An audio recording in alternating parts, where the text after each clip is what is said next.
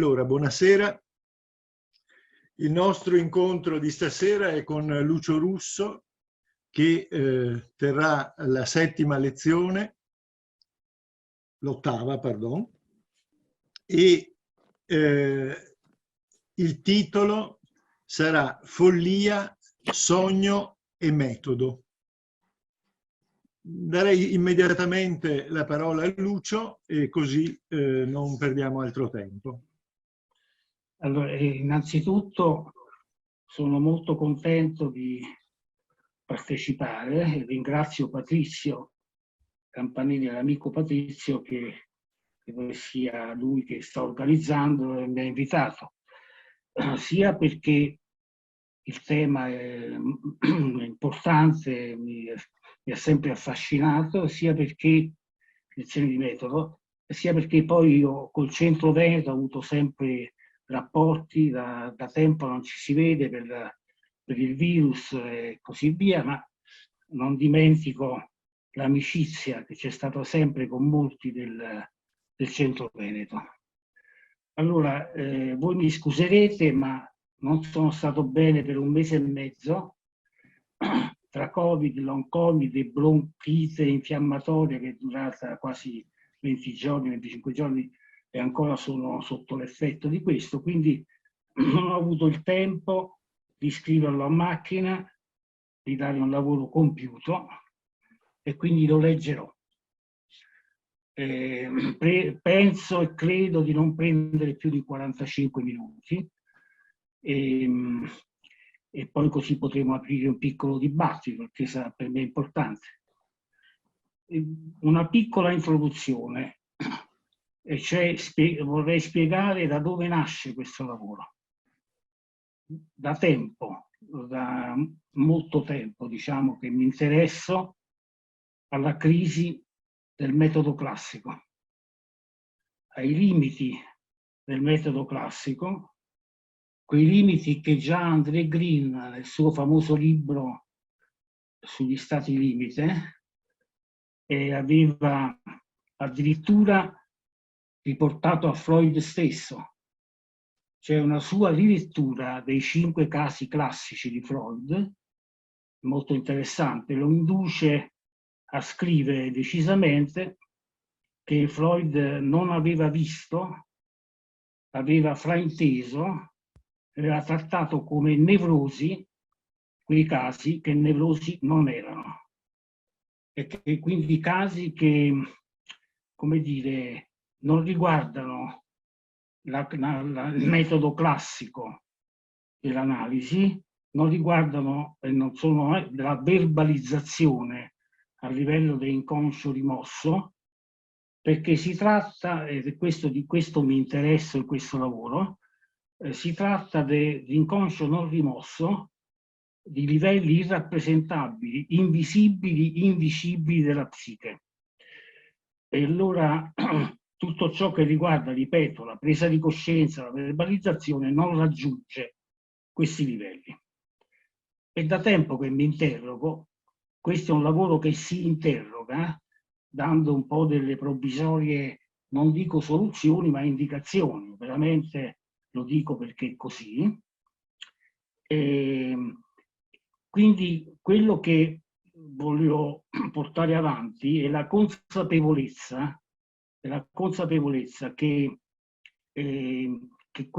ciò che è assente, non rappresentabile, non pensabile, questi livelli della psiche, impone da tempo a noi psicanalisti un metodo analitico che sia ovviamente diverso dal metodo classico.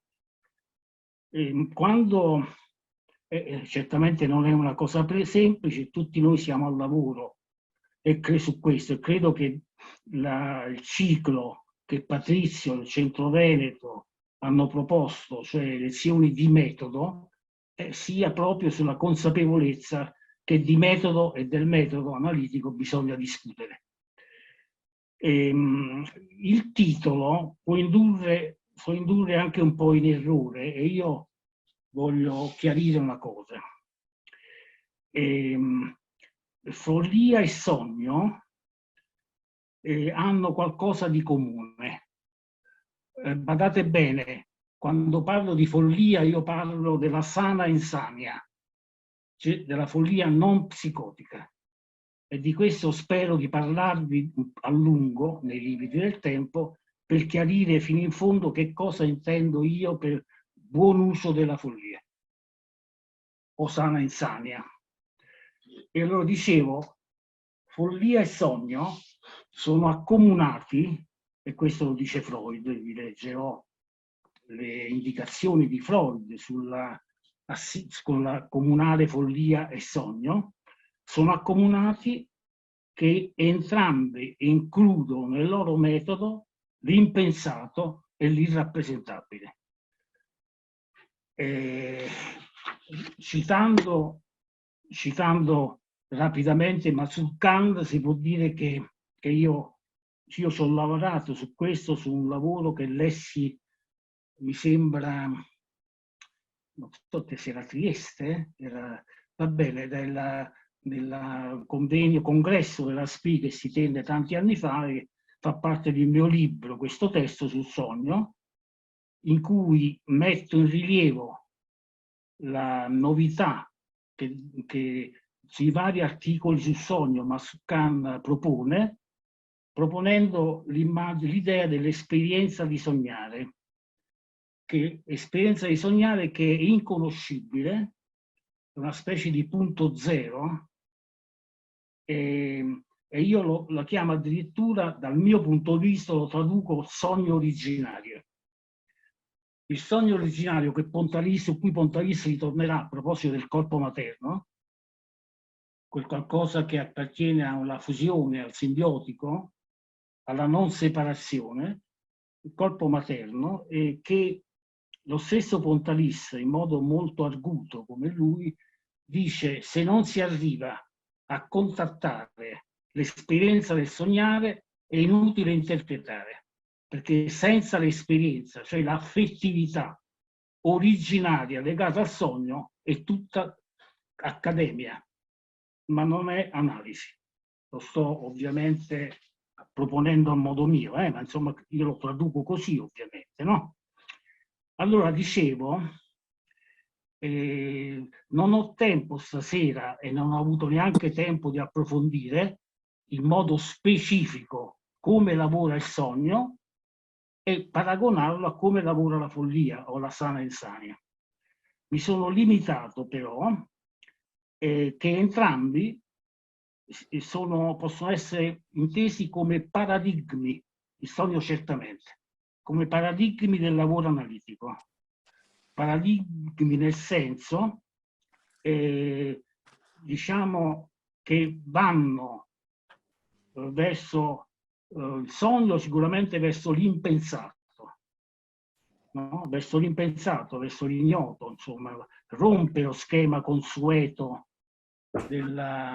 come possiamo dire, del discorso, dell'ordine del discorso, attraverso le libere associazioni, attraverso l'alleanza folle, tra virgolette, tra analista e paziente, libere associazioni e attenzione ugualmente fluttuante. Il pensiero fluttua, si disorganizza rispetto al pensiero razionale e tocca un punto. Sto anticipando qualche cosa perché io preferisco parlare, ma non potrò sempre parlare. Tocca un punto che si chiama ombelico del sogno. Il ombelico del sogno è dove dopo quel punto c'è l'inconoscibile, che io chiamo l'impensato. Ma attraverso questo lavoro onirico il sogno si avvicina in fondo, per usare un'espressione di Fedidà, apre la parola e il pensiero al non visibile e al non pensabile. Aprire non significa rappresentare, significa toccare, quando il vivo tocca il morto, sempre un'espressione di Fedidà. Quindi nel nuovo metodo analitico l'aspetto importante è fare in modo, attraverso, vi dirò un po' che consiste questa sana insania, dicevo, fare in modo non di rappresentare l'impensabile, perché allora sarebbe tutto sommato il verbalizzare, si ritornerebbe all'analisi classica, si ritornerebbe dunque a un metodo, come dire, non fecondo. No, aprire la parola, aprire il pensiero significa fare in modo che la parola analitica, che il pensiero analitico del paziente e dell'analista si aprano all'irrappresentabile, cioè si facciano toccare, si facciano scuotere un contatto che in questi casi è molto importante perché genera qualche cosa che poi vedremo se ho il tempo di condensare e dirvelo, diciamo, in modo, come dire, più rapido, spero anche però, come dire, comunicabile, insomma, che riesco a farmi capire, ecco, diciamolo così. Cominciamo il nostro discorso in fondo dalla follia, perché il centro del discorso è la follia. Il sogno l'affianca. Faccio vedere come il sogno sia un modello onirico, un metodo onirico vicino alla follia, alla sana insania, però io approfondisco la follia. E comincio dalla contaminazione. Si parla in due, si pensa e si sente in due, sto parlando di analista e di paziente, ci si contamina reciprocamente. Sapete che il termine contaminazione, seguendo questa etimologia, da cum e dal verbo latino tamina, che significa sporcare, cioè la contaminazione nel modo più, come dire, usato, significa inquinamento, che provengono, disgrazia, che provengono dall'esterno e che devono essere contrastati. Questa è anche molto l'analisi classica. L'analisi classica, io ricordo che quando diventai analista, i miei maestri, diciamo, i miei padri analitici, lavoravano con la scrivania, seduti dietro la scrivania, e il lettino perpendicolare alla scrivania. Quindi c'era una barriera non contaminabile, cioè c'era una barriera che impediva la contaminazione. Ebbene, io non ho mai lavorato così. Da quando ho iniziato a lavorare analiticamente, grazie anche alla mia formazione analitica, ho sempre lavorato come si lavora oggi. Lettino e poltrona dietro.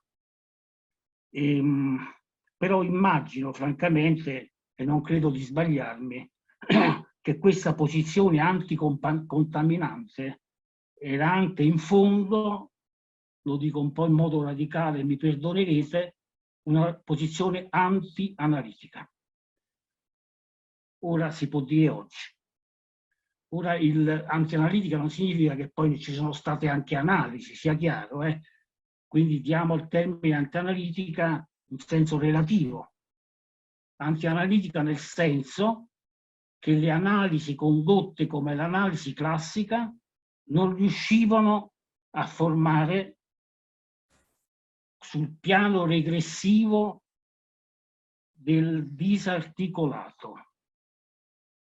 Non riuscivano, cioè, come gli inglesi ci hanno insegnato, arrivare al pensiero prelogico, all'inarticolato, al caos, all'informe.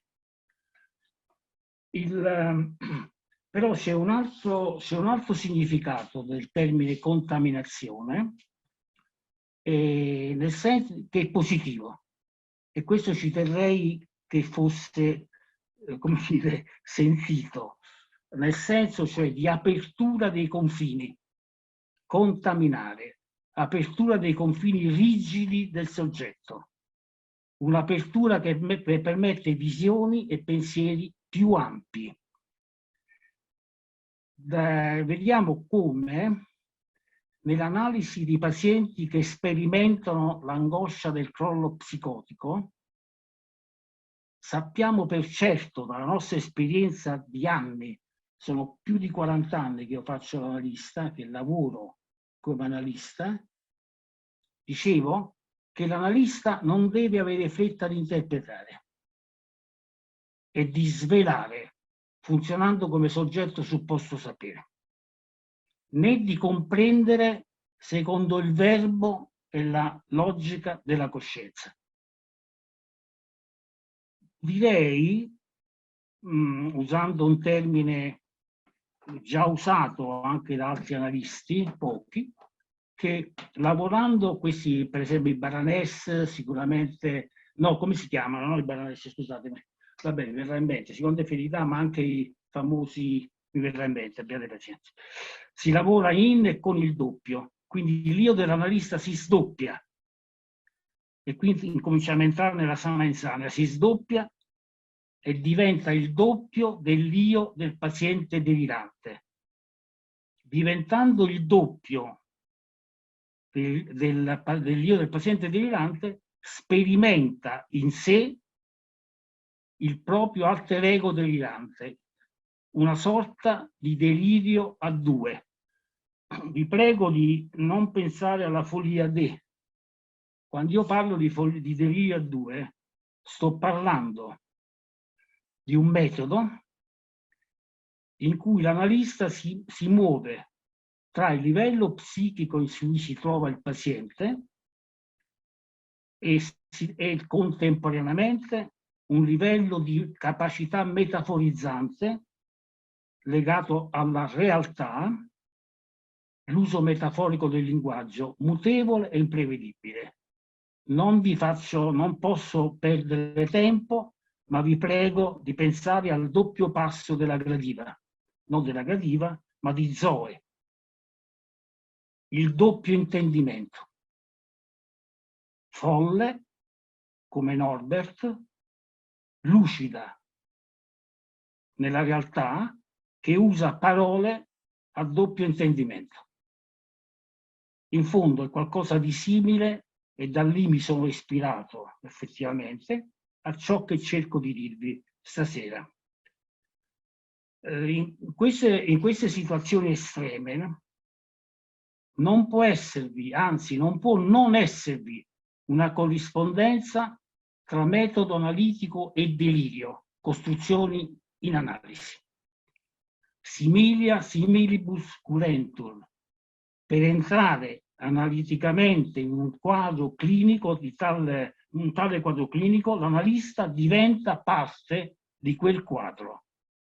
Se non diventa parte di quel quadro, se è un osservatore esterno che interpreta non partecipando, non credo che l'analisi possa avere un esito favorevole, nel senso un esito, diciamo in termini tradizionali, curativo.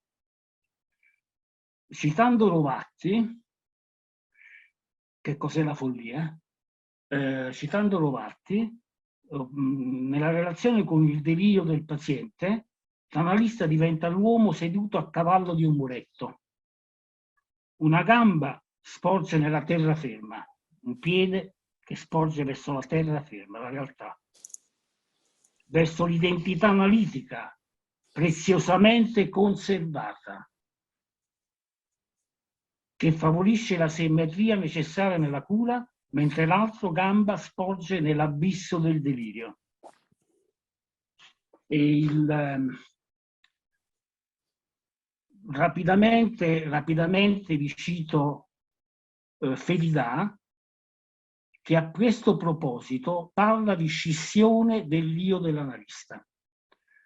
Lo cito perché mi sembra un'espressione molto felice, che mi corrisponde, insomma, un essere scacciati dalla propria identità. Se non si è scacciati dalla propria identità, contemporaneamente la si mantiene, questo è il doppio passo, ma se non si è scacciati, se non si evade dalla propria identità, che interrompe la funzione sintetica e totalizzante dell'io sapere e la familiarità del proprio pensiero, non riesce a contattare quest'area, diciamo, chiamiamola limite, chiamiamola psicotica, chiamiamola caotica del paziente. Fedida dice più o meno questo, no? Lo sintetizza. Per immaginare contenuti psichici assolutamente dissimili, perché questa è la questione, no? Come può l'analista identificarsi con il dissimile, il totalmente altro? Chiediamocelo un attimo, chiediamoci come facciamo noi, e in genere a volte si parlava di reazione terapeutica negativa, no? Incolpando in genere sempre il paziente. Ma se non si esercita a identificarsi con non simile, cioè il dissimile da ciò che l'analista conosce, già sconosce, per esempio le teorie già conosciute. C'è un bel lavoro sempre di Fedida sulla metapsicologia, in cui lui dice giustamente: a che serve la clinica? Certamente a curare, ma essenzialmente a mettere in crisi la teoria nota. Se la clinica non mette in crisi la teoria nota, vuol dire che è una clinica che avanza nel noto e in fondo quindi tutto sommato sterile. Ora, una cosa interessante, no? E dire anche questo, cioè che lo psicanalista, nel momento in cui accetta di poter lavorare, identificarsi anche con il dissimile, e quindi nel momento stesso in cui riesce a entrare in comunicazione con il proprio delirio, evidentemente non sospende l'erudizione teorica, la propria identità conosciuta, e a che cosa ricorre? Io lo direi così, è una mia espressione: riporre alle sue risorse della propria analisi personale e alle proprie qualità umane, l'umanità dell'analista, umano disumano. Ora, non possiamo evidentemente non dire che questo metodo, cioè la follia o la sana insania anche, no? Usata come metodo analitico, è certamente rischiosa, anche se sana insania. È certamente rischiosa perché non possiamo non dire che l'analista che si identifica con la parte folle, la parte psicotica, caotica, funzionamento delirante del paziente, è un rischio grave di essere affascinato dall'ingiunzione diretta del paziente a diventare psicotico. Quanti pazienti ce lo dicono, no? Lei non è psicotico, lei non soffre di queste cose, come fa a capirli? Allora, in questo sintetizzerei in questo modo che metodo analitico e metodo della follia, perché Freud ce lo dice, anche la follia è un metodo, senso della realtà e delirio sono i due piedi del cammino verso la guarigione. Il primo piede, poggiato sul terreno, corrisponde al funzionamento psichico dell'analista collegato con il simbolico e con il sociale, con il linguaggio rappresentativo, insomma, no? Il secondo, quello del saltatore, una metafora che usai nell'indifferenza dell'anima, è teso a oltrepassare la realtà nota, slanciandosi verso la terra ignota. E certo non può farle con le sue teorie conosciute.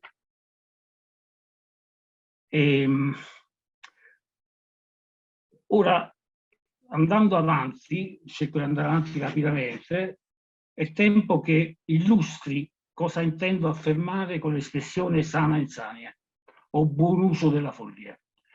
Devo dire che il termine sana insania lo prendo da un articolo di Cacciari sulla Repubblica del 5 maggio 2006.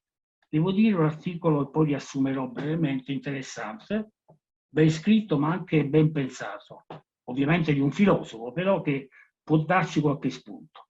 Ma innanzitutto vi dirò qualcosa di Basaglia. Interessante, perché chi è che si è interessato di psicosi, non Basaglia? Allora, quando chiuse i manicomi di Trieste, e poi definita e generalizzata questa chiusura alla legge 180, Basaglia in conferenze brasiliane scrisse, leggo Basaglia: io ho detto che non so cosa sia la follia. Può essere, questo è uno psichiatra, può essere tutto o niente. È una condizione umana, sottolineo, è una condizione umana. In noi la follia esiste ed è presente come lo è la ragione. Il problema è che la società, per dirsi civile, dovrebbe accettare tanto la ragione quanto la follia. Invece questa società riconosce la follia come parte della ragione e la riduce alla ragione nel momento in cui esiste una scienza che si incarica di eliminarla. Il manicomio ha la sua ragione di essere perché fa diventare razionale l'irrazionale. Quando qualcuno è folle ed entra in un manicomio, smette di essere folle per trasformarsi in malato. Quindi lui Basaglia la propone come una manovra che riduce la follia a malattia, mettendola, come dire, dentro la ragione, e per farla diventare razionale, questa ragione malata entra in manicomio e diventa psicosi. Questo pensiero di Basaglia, rapidamente, mi sembra indispensabile per aprire il problema di cosa significhi per metodo analitico la follia. E questo è il nostro problema, no? Il mio. In ultima analisi, la domanda che mi pongo è questa: quale follia e quali usi della follia sono funzionali alla cura analitica? È un dubbio e un problema, nessuna certezza. Però di una cosa sono convinto: dell'importanza per gli psicanalisti di essere giusti con la follia, non ingiusti come ai tempi di Basaglia, ai tempi cioè dei manicomi, di essere giusti con la follia, ovvero di tornare a pensare alla follia e alla sua convivenza paradossale con la ragione. Perché follia è una parola familiare a ciascuno di noi, ma lo vediamo nel linguaggio, cioè non fare il folle, no? Ma sei diventato folle. Io l'ho sempre sentita spesso dire, anche nelle case, e certamente non era usato nel senso di psicotico. Folle, ve lo dico così a braccio, era usata e pensata come una condotta che al di fuori dei contesti conosciuti, formali, di quelli che convenuti dalla società. Folle è un uscire dal seminato proponendo in fondo una rottura provvisoria con tutto ciò che è familiare, conosciuto, sono gli schemi convenzionali che però molto spesso diventano delle vere e proprie gabbie, no? In cui il soggetto si propone. E devo dire che noi analisti conosciamo tutto questo, no? Conosciamo anche attraverso quel bellissimo libro a favore di una certa normalità, no? Attraverso una certa, come si chiama, la scritta la psicanalista inglese, va bene, quindi ho un vuoto di memoria, va bene, lo mi ricorderò, è importante, diciamo, a favore di una certa normalità significa che molto spesso noi vediamo pazienti, devo dire molto noiosi, ammalati di normalità. E ammalati di normalità.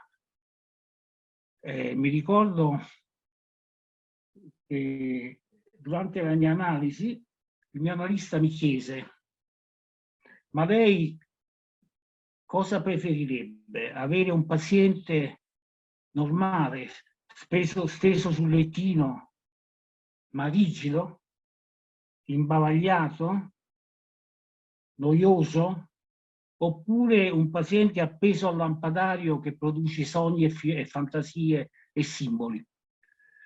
Questo era radicale, no? Però tutto sommato il paziente mi è sempre rimasto nell'orecchio, questo paziente appeso al lampadario.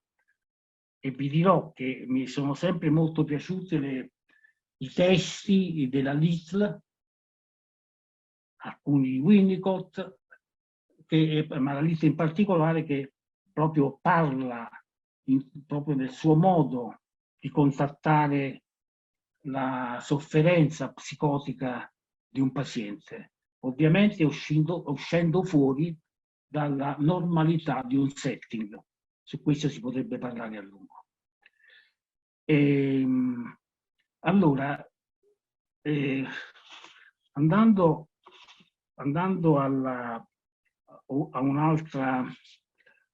altro discorso che mi sembra interessante, è proprio questo, però sarò molto rapido, no?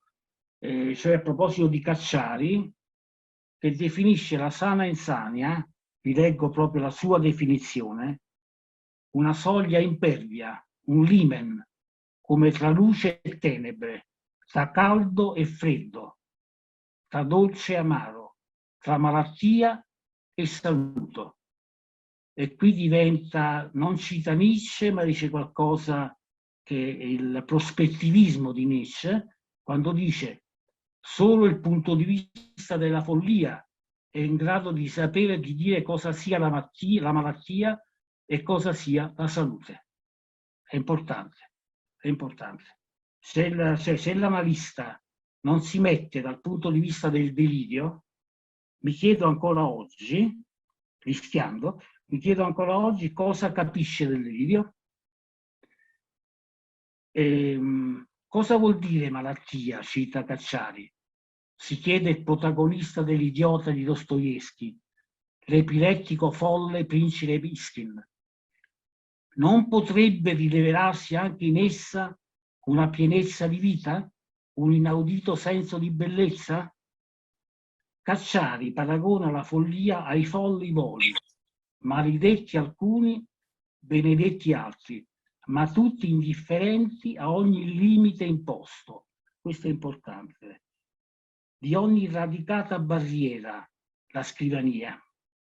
Tutti oltrepassanti e infiltranti, contaminazione positiva.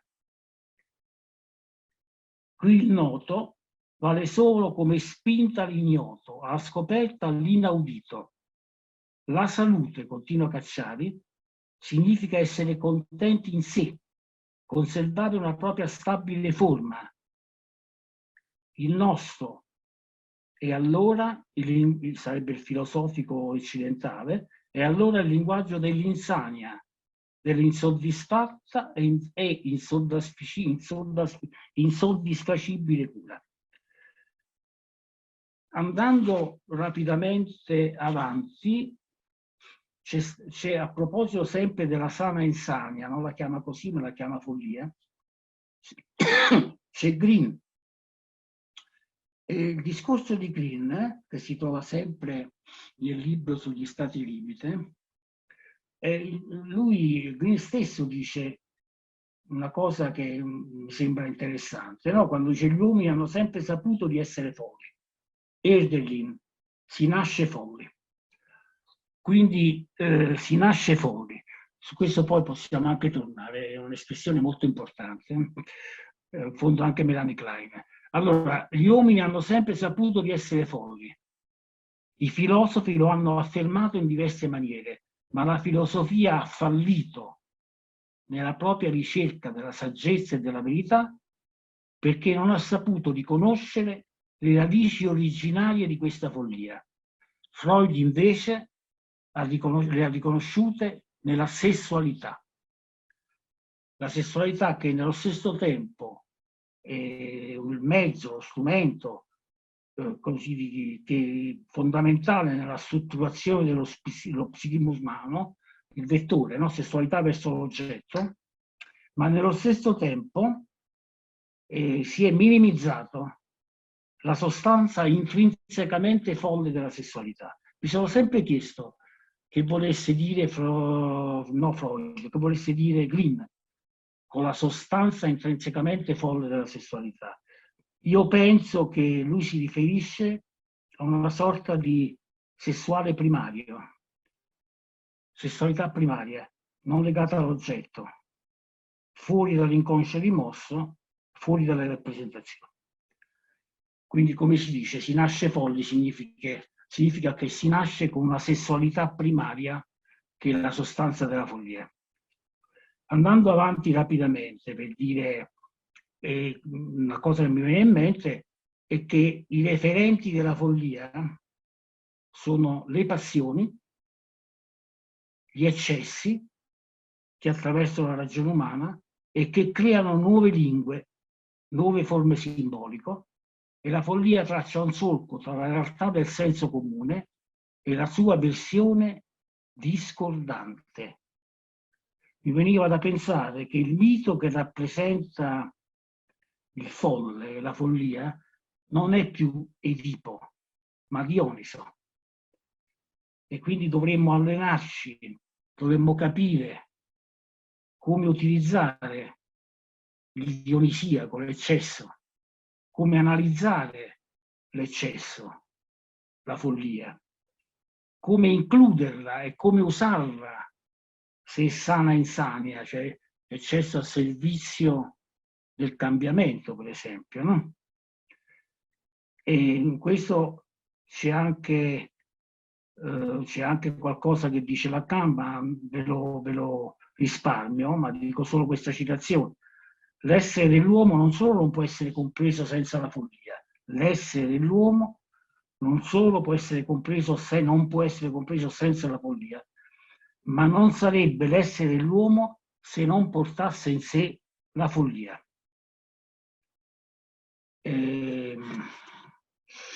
Andando avanti, evidentemente possiamo trarre dalla sana insania, non dalla follia psicotica, 3 conseguenze che io ritengo utili nel lavoro con pazienti sempre a rischio di psicosi, che portano in sé in modo massiccio queste parti disarticolate, inarticolate, questo caotiche, informe, e a cui appunto l'analisi classica non arriva. E queste 3 conseguenze della sana insania sono la passione, l'eccesso, la dissonanza, cioè in fondo essere contro i legami convenuti, familiari, sociali, che spezza la continuità del significato già noto e l'invenzione di forme e di sensi nuovi. Aggiungo che la sana insania, passione dell'assurdo, è credere in tutto ciò che non è visibile. Questo è importante. E la follia è questo, no? Credo qui absurdum. E credere in tutto ciò che non è visibile, non è verificabile, accende di nuovo la luce della ragione e la espande. Domanda: è possibile che una follia sana, una buona follia, chiamiamola così, ma sempre follia, però vi dirò poi la differenza tra follia e psicosi, possa veramente in analisi accendere la ragione analitica di una nuova luce e espanderla, cioè inserita nel metodo analitico. Essa ci porta a introdurre la logica dell'inconscio nella logica della ragione, per aprire la parola e l'ascolto analitici all'ignoto. Un mistero deve mormorare, Ecco, non parlare e essere rappresentato, deve mormorare, farsi sentire nelle stanze d'analisi e l'analista deve sviluppare la propria stranezza. La stranezza, è stato un film ultimo di Andò. La stranezza. Questo è un termine che mi sembra interessante, no? Cioè, stranezza è qualcosa di estraneo, ma non psicotico. Insomma, voglio dire, ma non ricordiamo forse nella nostra stessa vita le nostre stranezze? E non ricordiamo forse nella nostra stessa vita, poi è venuta l'analisi, nella nostra stessa vita che queste stranezze ci hanno aiutato a scoprirci, a essere, a fare, per dirla con Bazzucana, un'autoesperienza di sé?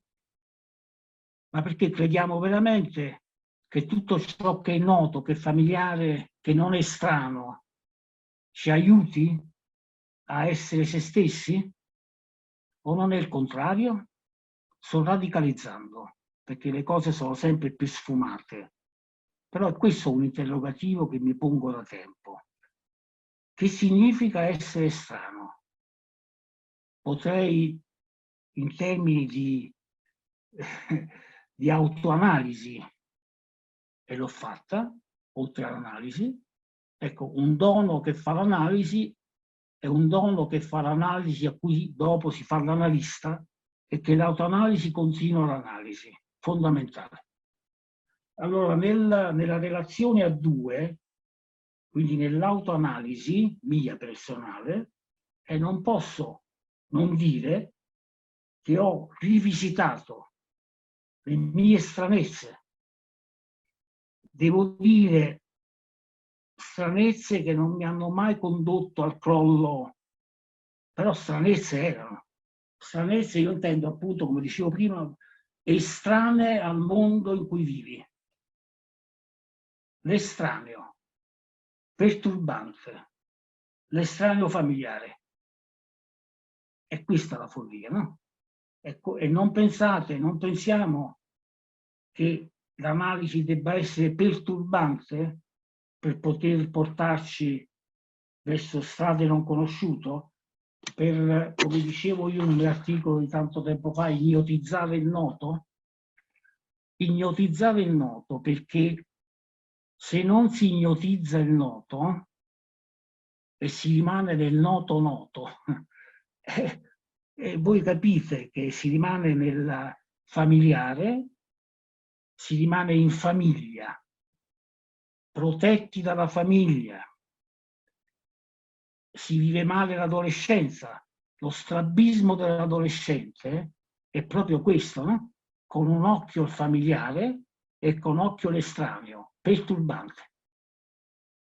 Il ritorno a casa dell'adolescente non è mai la casa di prima, non è mai la casa tutta familiare, è solo questo perturbante, questa follia che accompagna, o sana follia, che accompagna l'adolescente anche in stranezze che si nascondono ai genitori, che i genitori rimproverano, i rimproveri dei genitori, le paure che si vivono di fronte a questa estraneità.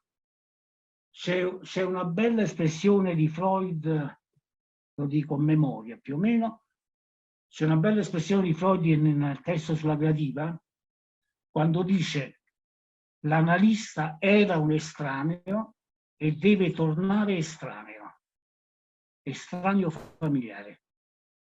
Se l'analista diventa solo familiare, non è più l'analista, è la persona familiare, è la buona casa che protegge.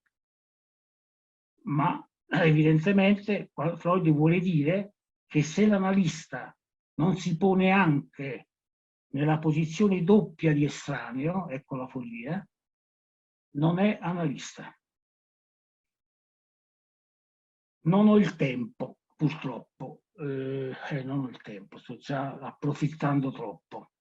Comunque vi invito a leggere una bellissima novella di Pirandello che si chiama La Carriola, dove si racconta proprio di un professionista, un avvocato professore universitario, che tornando nella sua casa in provincia all'Umbria, non mi ricordo esattamente quale, diciamo ha come una crisi di depersonalizzazione.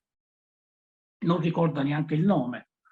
Vede sulla targhetta della porta il suo nome, si sbanda, non ricorda, poi entra nella sua casa studio, si ricompone, però escogita, purtroppo non ve la racconto nella sua sottigliezza, ma il tema è questo, escogita un piccolo trucco, una strategia per poter non impazzire, ma nello stesso tempo avere anche una ribellione nei confronti del troppo familiare che lo aveva depersonalizzato, perturbante. Nel suo studio, quando il cliente va via, chiude la porta per 5 minuti, prende la sua cagnetta, la prende per le zampe posteriori e le fa fare la carriola. E le espressioni che usa non le faccio male, non le faccio nulla. Appena posso, appena qualche cliente mi lascia libero un momento, mi alzo cauto, piano piano, dal mio seggiolone, perché nessuno si accorga che la mia sapienza temuta e ambita, la mia sapienza formidabile di professore di diritto e d'avvocato, tutto il noto per familiare, la mia austera dignità di marito, di padre, eccetera, eccetera, si siano per poco staccate dal trono di quelle sottogelone. In punto ai piedi mi reco all'uscio a spiare nel corridoio. Se qualcuno non sopravvengo, chiudo l'uscio e per un momento solo gli occhi mi sfavillano di gioia, le mani mi ballano d'essere pazzo, d'essere folle per un attimo solo, d'uscire per un attimo dalla prigione di questa forma morta, di distruggere, di annientare per un attimo solo, beffardamente, questa sapienza, questa dignità che mi soffoca. Io credo che sia illuminante questa novella di Pirandello, come lui solo sa fare, no? Per dire con le sue parole, con racconto quello che io in modo approssimativo sto cercando di dirvi. Mi avvio a concludere dicendovi rapidamente, citando Freud, perché è importante, in che senso, e questo è un testo, è l'interpretazione dei sogni, il classico testo freudiano in cui si inaugura la psicoanalisi e propone, sottolineo, propone un paragone tra sogno e follia. Per chi volesse leggerlo, o rileggerlo ovviamente. Nella sezione H del capitolo 2, Freud fa propri i pensieri di autori che hanno paragonato sotto molteplici aspetti la follia al sogno. Kant scrive: il folle è un sognatore da sveglio. Il folle è un sognatore da sveglio. Vi prego di... non parliamo di psicotico. Quindi, analisi. Possiamo usare una ragione sognante? Non vogliamo chiamarla follia? Chiamiamola ragione sognante. Oppure Krauss, la follia è un sogno nella veglia dei sensi. Schopenhauer definisce il sogno una breve follia e la follia un lungo sogno. Beh, vi prego di pensare, so che conoscete questi testi, ma di ripensarli. E poi Freud indica, sempre in questa sezione H del capitolo 1, le singole concordanze che giustificano questo raffronto tra follia e sogno. Quali sono? Soppressione o rallentamento dell'autocoscienza. percezione modificata degli organi di senso, diminuita nel sogno e in genere molto aumentata nella follia. Collegamento delle rappresentazioni fra loro unicamente secondo le leggi delle libere associazioni. Follia. A quarto elemento, sia nei deliri che nei sogni emergono ricordi di un lontano passato. L'uomo addormentato e l'uomo insano ricordano ciò che l'uomo destro e sano sembra aver dimenticato. Il buon uso della follia, evidentemente, va lì. Aiutare quindi a ricordare ciò che l'uomo cosiddetto sano dimentica. Freud conclude le proprie riflessioni sottolineando che il sogno e la follia sono caratterizzati principalmente da barocche associazioni di idee, di debolezze e di giudizio. Sia nel sogno sia nella follia manca il giudizio di realtà. Esiste il primitivo giudizio di attribuzione, che sapete essere il paradosso di Freud, prima il giudizio di attribuzione e poi il giudizio di realtà. Nella logica dovrebbe venire prima quello di realtà e poi quello di attribuzione.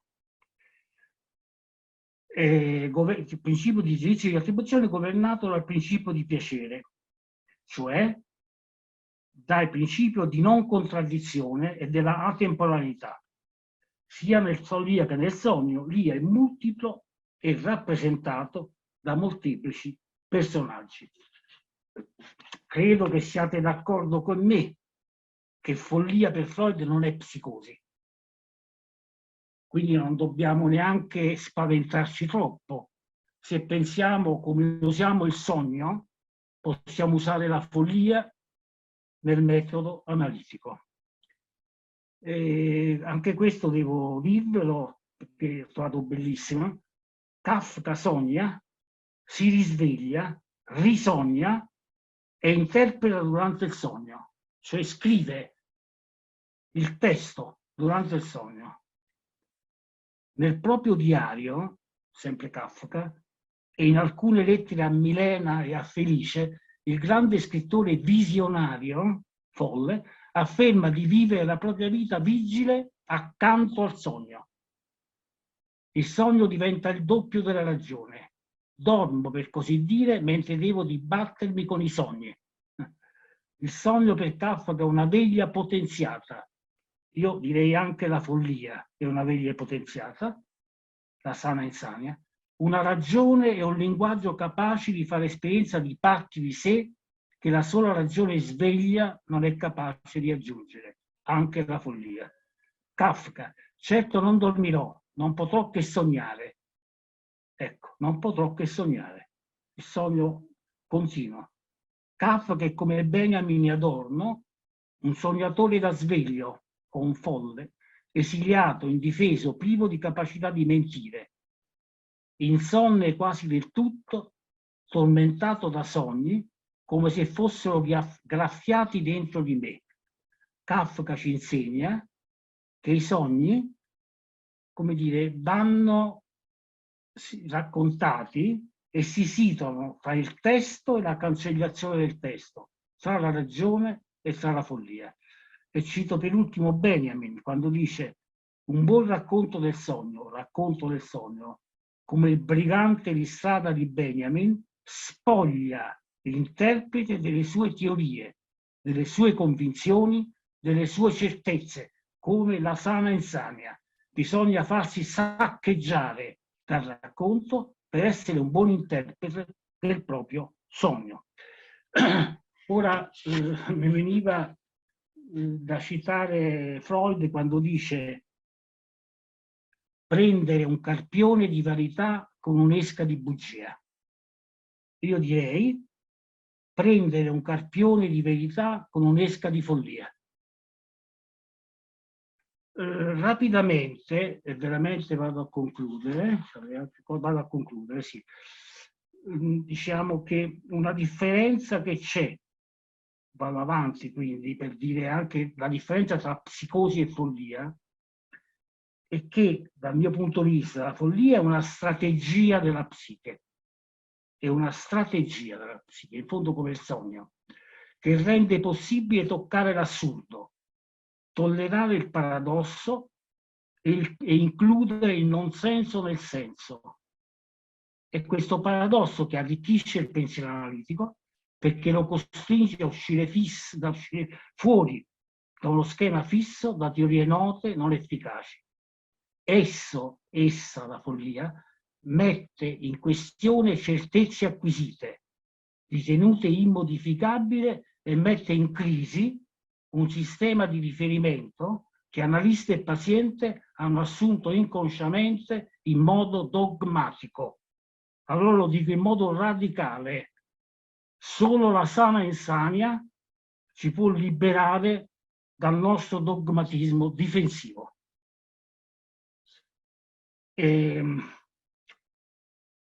Ora, chi usa il metodo della follia, perché la follia è un metodo, a differenza della psicosi, si serve delle modalità simboliche inusuali che contraddicono il sistema di giudizio collettivamente assunto, ed è per questo che viene giudicato folle. Il folle, d'altra parte, sospende il senso comune del giudizio, e d'altra parte lo sospende anche l'analista, ed è per questo che è temuto. Ora vi salto questo aspetto, però voglio rapidamente concludere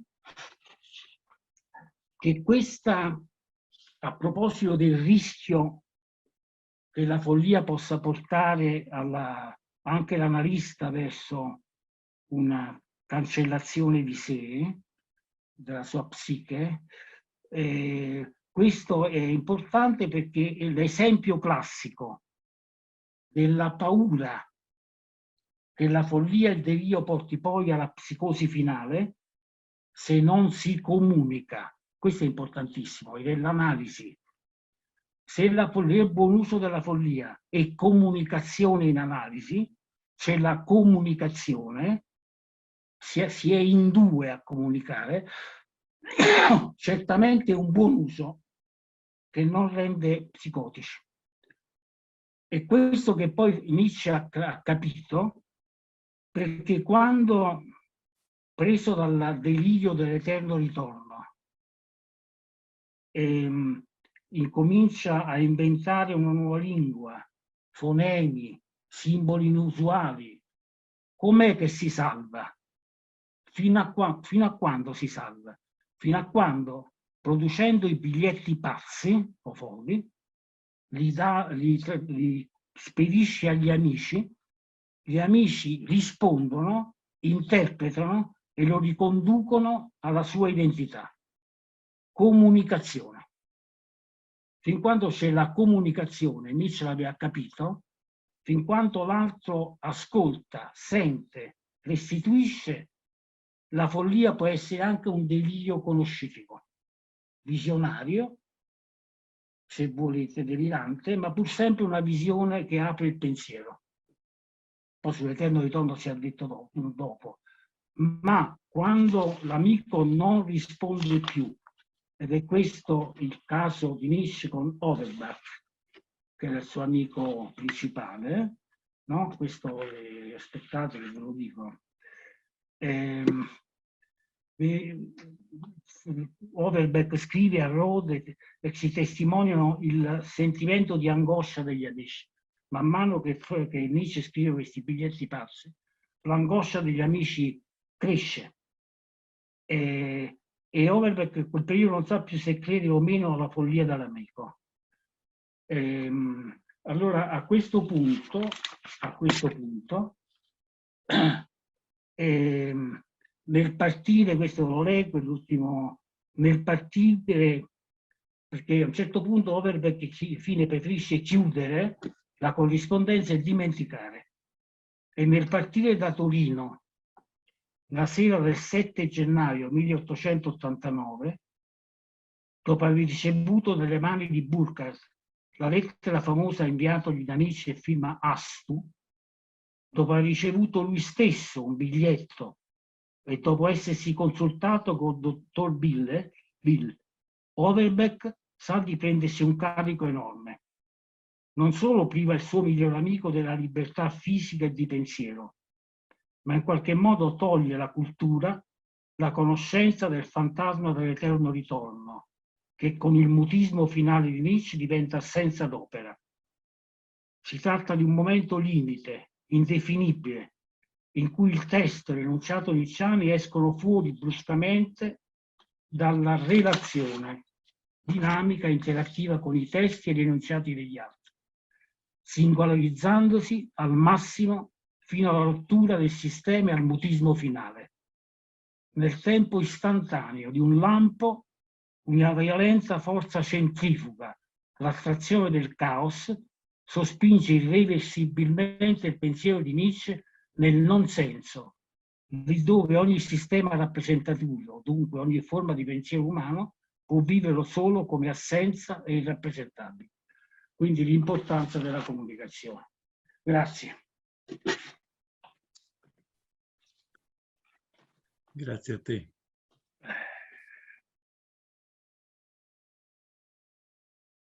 Abbiamo un buon tempo per discutere, per porre degli interrogativi. Quindi Giuliana, sei la prima. Ecco. Giuliana Campanella. Sì. Allora Lucio, grazie di questa bellissima relazione. Ti volevo chiedere una cosa, vabbè, un paio di cose. Uno, se quando parli di pazienti ammalati di normalità ti riferisci ai normotici. Sì. Poi, non sono tanto d'accordo su quando dici che il paziente dice ma se lei non è psicotico come fa a capirmi? Beh, io credo di aver capito i pazienti psicotici attraverso l'immunocottotransfert, attraverso i sogni, attraverso malesseri somatici, cioè in realtà la comunicazione, lo psicotico riesce davvero a mandarla all'analista e quindi l'analista la recepisce, ecco, la psicosi. E poi però non sono d'accordo su quando dici che c'è questa contaminazione nel senso di inquinamento, ossia la scrivania che farebbe da barriera fra la poltrona e il lettino, che quindi è anticontaminante e quindi è antianalitica. Io credo che la barriera è psichica e che non è una scrivania che può veramente interrompere la comunicazione, come dire, più diretta e senza un intermediario, e senza qualcosa che impedisce, senza una barriera. E io ho avuto l'esperienza personale di 2 analisi, prima con Gaddini e poi l'ultima tranche l'ho fatta con Sollini, e mi chiese perché ha scelto me e dissi perché Gaddini fa rima con Sollini. Vabbè, a parte questa battuta fonetica e musicale, anche lui aveva la scrivania e quindi le differenze di condurre l'analisi erano notevolissime, ma c'era sempre una scrivania e mentre con Gaddini c'era una facilitazione, nel senso proprio di Winnicott, di far regredire il paziente, invece con Sollini il contrario. Quindi non credo che l'elemento concreto di una scrivania possa determinare, come dire, l'andamento o lo stile dell'analista, diciamo, è quello che avviene fra analista e paziente. Poi non ho capito bene quando parli di Pieraldo, che conoscevo molto bene, Rovatti, quando parla dell'analista che è come un uomo in bilico sul muretto, cioè è un'immagine un po' stramba questa. A cavallo del muretto. Sì. Dove in realtà un piede affossa nella realtà e l'altra l'abisso della... Comunque, va bene. E poi aspetta, c'era un'altra cosa, però magari mi viene in mente dopo, adesso lascio spazio ad altri.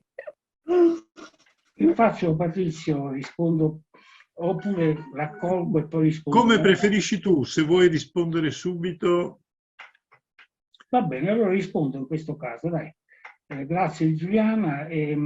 Senti, la cosa più interessante che proponi e più difficile è proprio l'oggetto concreto e l'oggetto psichico, il setting. Sappiamo che il setting evidentemente, se non è vissuto come appunto dal punto di vista psichico, non è neanche setting, e su questo siamo d'accordissimo. Però non dobbiamo neanche dimenticare che il modo in cui si acconcia la stanza d'analisi è in fondo un modo concreto in cui l'analista mette il lettino, si mette dietro il lettino, quindi sono tutti gesti concreti che permettono poi di rendere psichico nell'analista e poi anche nel paziente, e quindi farli diventare una parte interna di sé, diciamo, non solo l'oggetto esterno. Però io non posso dimenticare, non dirò ovviamente di chi sto parlando, che una supervisione, io ho fatto parecchie supervisioni e sono contento di averle fatte per molti anni. Una supervisione fatta con un analista, una FT dell'epoca, dove c'era questa scrivania, e la supervisione io non la faccio più, non l'ho mai fatta di scrivania, dove c'era i famosi, come li possiamo chiamare, professori XY, insegnante, oppure ha ricevuto un premio, mi segui? Tutti i riferimenti al personaggio. E questo ho pensato, ma questi, come li possiamo chiamare? Insomma, questi attestati, no? Messi al muro, che anche il paziente può leggere, sono elementi concreti, che certamente disturbano, non possiamo negarlo, no? Oppure, che so, un altro analista che era medico aveva a fianco alla scrivania come dire, un cervello, una testa cervello di fatto con non so come, legno o altro, che rappresentava evidentemente un'anatomia, un qualcosa di... Dico questo per dire che non possiamo dimenticarci che anche il modo in cui concretamente lo studio si presenta, il modo in cui l'analista ascolta il paziente, non è solo l'ascolto psichico, ma secondo me non possiamo neanche negare che anche la modalità concreta in cui si ascolta ha un'influenza sul paziente, e secondo me ha un'influenza anche sull'analista. Non voglio entrare in quello che dice di Gaddini, voglio dire no, perché non ho fatto l'analisi con Gaddini, sono sicuro che quello che tu dici, che Gaddini è riuscito a farlo anche attraverso la scrivania. Però non dobbiamo dimenticare che poi le scrivanie sono venute meno, e non è un caso. E non è un caso. Quindi voglio dire, diamo importanza allo psichico, però non dimentichiamo anche l'importanza del concreto, dell'elemento reale che entra nella stanza. Che mi avevi chiesto poi... ecco, no, scusami, mi è venuto in mente quello che ti volevo chiedere. Se le fantasticherie, cioè il sognare ad occhi aperti, sì. L'hai contemplato, perché una mia paziente mi parlava di quando era piccola che faceva queste fantasticherie certo, e che per nascondersi, perché era vietato, lei si copriva gli occhi per non far vedere ai suoi che non studiava, ma lei era immersa in fantasticherie, sognava ad occhi aperti. Sì. Ecco, allora mi chiedo dove collocare, no, certo. fra sogno, ecco. Certo. Sì. Perché c'è tutto il fenomeno del sonnambulismo. Io ho avuto pazienti sonnambuli che sono stati sonnambuli. Il sonnambulismo si avvicina alla follia, insomma, da questo punto di vista. Quindi ci sono vari elementi. E i due, hai capito cosa voglio dire, no? C'è i accafalcioni sul muretto, diciamo, è come la stessa metafora del saltatore, no? Il saltatore, mentre salta, c'ha il piede poggiato per terra, e se non ci fosse il piede poggiato per terra non potrebbe saltare, no? Quindi c'è bisogno sia dell'appoggio del terreno per saltare, per andare oltre, sia del volo, non so se è chiaro, sia del volo. Okay. No, ti abbiamo chiesto se pensavi ai normotici quando parlavi dei pazienti, certo. parlavi di normalità. Sì, certo. Dunque, c'è Ezio Maria Izzo. Chi? Izzo. Sentite, voglio però dire che se c'è sia Giuliana Campanella che io, Ecco Ezio Maria. ciao Lucio, Ciao. siamo dello stesso centro romano. Se ci sono vedo dopo, non c'era nessuno, quindi mi sono iscritto io e vorrei dire qualcosa. Ma se ci sono colleghi... No, vai tranquillo. Vado? Sì. Niente, allora volevo dire per prima cosa una cosa io di Basaglia. Ecco, Lucio, io non parlerei tanto né di Basaglia né di Cacciari né degli altri. Mi ricordo di Basaglia che venne nel mio ospedale quando io da 15 anni avevo tenuto su, avevo messo su alle spalle dell'ospedale questa comunità cooperativa. La chiamo appunto comunità cooperativa perché nel senso delle pulsioni e loro destini parlai con Basaglia molto di questo fatto che in fondo la psicoanalisi mi aveva aiutato a rimanere in ospedale, ne sarei andato immediatamente. Un OP non porta niente di psicologico, direi, e quindi è inutile starci. Però parlai del fatto che Freud aveva sottolineato che il destino della pulsione può essere anche quello, diceva Freud, della pulsione di gioco, della pulsione di socialità. Secondo me, l'avevo visto anche sul lettino analitico, per molte persone o per eventi della loro vita o per altro, a un certo punto la pulsione sessuale è come se potesse trovare una di quelle che si chiamano le trasformazioni pulsionari, potesse trovare la pulsione di lavoro. E vabbè, andammo un po' avanti su questo. Vi lascio immaginare che Basaglia non mi ascoltava granché, credo. Andammo poi a pranzo insieme, c'era il direttore dell'ospedale, un caro amico che mi aveva sempre incoraggiato, ma già mi aveva detto: guarda, con Basaglia non devi parlare perché tu sei uno psicanalista. Mi dava i calci sotto al tavolo per non farmi parlare, ma a me sembrò che in fondo Basaglia voleva ascoltare questo. Però una cosa mi disse Basaglia, e voi lo sapete tutti. Basaglia mi disse: guarda, arriverà un giorno, presto mi auguro, per cui tornerò in questo ospedale e parlerò con te, ma non di psicoanalisi, ma di psichiatria fenomenologica. E mi diceva: il tuo ex direttore, che era Callieri, a Roma è stato un maestro. Più di questo io non voglio dire, diceva Basaglia. Diceva: sappi che il mio obiettivo è solo quello di chiudere i manicomi. E fu onesto su questo. Lui non parlò più né di fenomenologia, non parlò più di Jaspers, non parlò più delle cose che appunto tu sai molto meglio di me, perché la filosofia, i filosofi, Husserl, Jaspers, eccetera, li conosci molto meglio. Quindi per esempio, ecco, adesso vado un po' io anche a braccio, quello che diceva Giuliana e che dicevi tu, lo condivido appieno. Non c'è dubbio che la stanza dell'analista è il vero setting.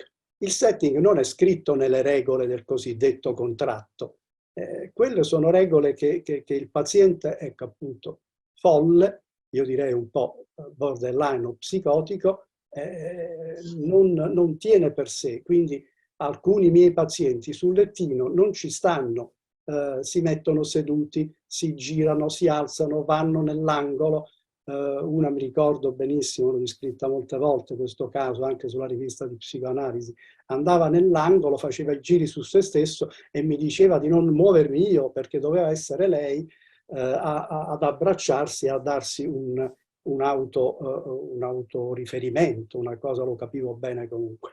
Ecco, i miei pazienti, come li chiameresti tu? Folli o psicotici? Oppure borderline? Oppure... Quello che non capisco e non capirò mai è la follia insana, perché sono due termini che, se vogliamo, anche Freud ebbe sempre una bella distinzione fra nevrosi e psicosi. Freud si fermò lì, Freud non ha mai detto che il suo metodo, questa sera si parlava di metodo e tu sei da sempre una persona che parla di metodo, ma che il suo metodo era nato per le pazienti isteriche e che quindi non si poteva applicare ad altro che a quelle pazienti. E non parlava affatto di psicosi. Quindi è bello quello che diceva Green, che tu conosci benissimo, meglio di me, questo metodo, cioè che Freud aveva sbagliato perché parlava dei suoi casi clinici e li descriveva come nevrotici, e invece alcuni di loro potevano andare ben oltre la nevrosi, non nevrotici. E quindi sì, torno a questa domanda, anche perché vorrei veramente passare la voce ad altri, poi se proprio non si parla posso dire altro, ma questa è la domanda che ti faccio, cioè ma come facciamo noi analisti a sostenere, soprattutto rispetto poi al metodo, che era appunto il tema di queste 10 conferenze che voi avete tenuto, come facciamo a non pensare alla distinzione e a quella grande rivoluzione, veramente grande rivoluzione, che è un nuovo paradigma, come lo chiamò Bordi, come l'hanno chiamato tanti analisti da noi in Italia come all'estero. Allora, se è un nuovo paradigma, ricordando poi quello che è stato detto sui paradigmi, se uno cambia il paradigma, io ho fatto sempre la simbologia della coperta, insomma, noi la coperta in autunno la possiamo tirare a destra e a sinistra, ma quando arriva l'inverno dobbiamo cambiare la coperta. Se il nuovo paradigma è quello relazionale ed è quello, si avvicina molto di più alla psichiatria fenomenologica che non alla prima psicoanalisi freudiana. Quindi per quanto riguarda l'applicazione del secondo metodo, diciamo così, ai borderline, che oggi frequentano maggiormente i nostri studi, sono i pazienti borderline, dobbiamo chiarirci parecchie cose e parecchie domande. Vabbè, poi ci incontriamo, siamo di Roma, ne parleremo. Grazie. Dunque, ci sono un paio di persone che vorrebbero intervenire. Lucio, vuoi intervenire subito? No, allora facciamo parlare queste persone e poi io torno anche. Allora, c'è Paolo Cotruffo. Allora, ciao Lucio, Ciao Paolo, ciao.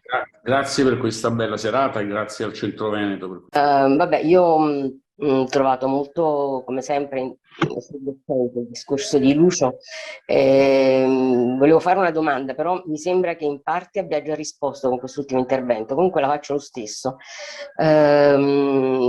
Lucio ha usato parecchie parole, abbinandole al concetto di follia o di psicosi, l'indicibile, l'impensabile, ma ha detto anche una parola che mi ha colpito molto, l'inaudito. No? È semplice questa parola, però inaudito in effetti è ciò che provoca, nel linguaggio comune è ciò che provoca turbamento, no? Stai dicendo una cosa inaudita, una cosa folle, però inaudito significa anche ciò che non è stato udito, no? E forse ciò che non è stato parlato, ciò che non è stato detto, ma noi in analisi abbiamo solo la parola. Vabbè, cito banalmente Freud che dice fra paziente e analista non accade nulla, lo dice nei problemi dell'analisi condotta dai non medici. Non accade nulla se non che parlano tra loro. L'analista non usa strumenti, l'analista riceve l'analizzando in una data ora del giorno, lo lascia parlare, lo sta ad ascoltare, poi gli parla a sua volta ed è l'ammalato che ascolta. Allora la domanda era, allora questo ascolto analitico, no? La domanda era sull'ascolto analitico. Qual è l'organo per ascoltare l'inaudito? No? L'inaudito, quindi come si ascoltano parole che non sono state dette, che non sono state ascoltate, parole che sono ancora nella laringe, nel corpo, no? Troppo legate alle sensazioni, alle percezioni, alla quantità, no? Ora citavi tu, all'energia. Questa era la mia domanda. Basta. Massimo Nardi. Sì, grazie. Allora, parto dalla domanda che in parte già è stata posta e poi provo come dire, un pochino a spiegarla. La domanda è questa, ma la sana insania / follia è prossima o è distante dalla psicosi? Quanto è vicina o quanto è lontana, seppur differenti? Allora, io ho capito che il nuovo metodo deve utilizzare la sana insania, no? Scorgersi, affacciarsi, spingersi, diciamo, oltre, guardare dentro il buco nero dell'ombelico del sogno, per riaprirsi, se possibile, al dissimile, alla visione. Deve poter introdurre, diciamo così, una discontinuità con il familiare, con il nodo, il discorso sull'adolescenza ci sta tutto.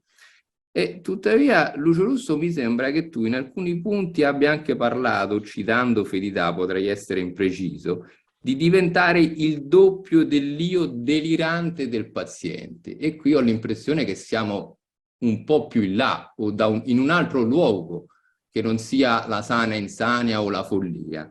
E parli anche del contattare la parte psicotica del paziente. Allora, quando è che si passa dalla sana insania, follia, visione, dissimile, differente, altro, alla psicosi? Sappiamo che c'è il transfert, c'è il controtransfert, c'è l'autoanalisi che in qualche modo dovrebbe sovrintenderli. A un certo punto abbiamo scoperto pure l'enactment, dove per quanto si cerchi di implementare la nostra capacità di quelli che vengono prima, accade qualcosa, c'è il contatto, c'è l'inquinamento. Qui dove siamo? Nella sana insania?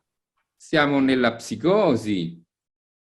Io ho l'impressione che la follia ci spaventi perché è molto prossima alla psicosi e il confine è molto labile.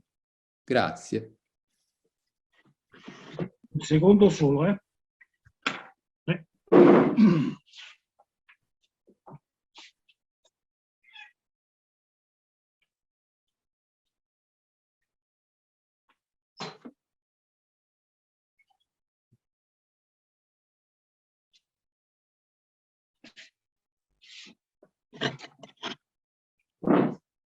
Eccomi, scusate, c'era il mio gatto che voleva uscire.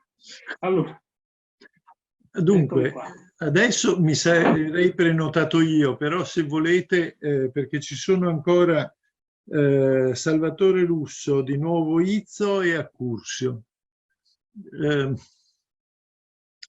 Mi do la parola, che dite? Allora, a me è chiaro, mi è chiara la proposta, non mi è chiaro l'uso della proposta. In che senso? Tu dici, dunque, tu hai premesso, dobbiamo cambiare metodo. Dopodiché tu ci hai mostrato dove bisogna spingersi, fino al punto di lasciarsi saccheggiare, e che questo apre spazi, aggiungerei io, di libertà e di creatività. Però quando tu poi descrivi alla fine, proprio nelle ultime battute, come lavorare, tu fai ancora riferimento a libere associazioni e attenzione fluttuante. Ma quello è il metodo. Allora, in che misura il metodo, non il coraggio di raggiungere l'altro dove l'altro è e poter stare lì insieme, ma posto che avevi enunciato la necessità di cambiare metodo, allora vorrei chiederti perché dopo ricorri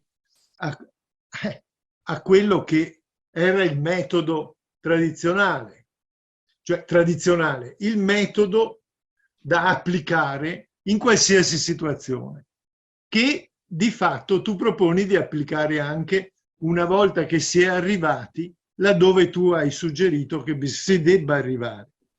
Quando si è arrivati in quel luogo, che ripeto è di libertà e creatività secondo me, oltre che di angoscia, qual è la tua idea dello stazionamento in quel luogo? Perché tu dici che in fondo ciò che sarà curativo è la comunicazione. A me è più chiaro che cosa risulta, tra virgolette, curativo con lo psicotico franco, perché lì ritrovo immediatamente il senso dentro di me di che cosa vuol dire sostare in un luogo di follia psicotica, con la paura, con l'angoscia, con la necessità di sopravvivere e di riuscire ad imbastire una comunicazione in cui ci si possa ritrovare. Ma qual è il lavoro che tu suggerisci come necessario in questa comunicazione che è il terreno di partenza per, diciamo, la cura? Taccio perché si fa tardi, ma... Allora, ci sono Totò Russo, poi sono le 11:05. Totò ha avvisato. Posso? Vai. E mettiti il microfono però. Mi sentite? Sì, sì, adesso sì. Ecco, no, io cerco di essere molto sintetico, è un po' difficile, perché con Lucio c'è stato sempre un discorso che molti colleghi mi chiamavano Lucio e io mi incazzavo. Perché?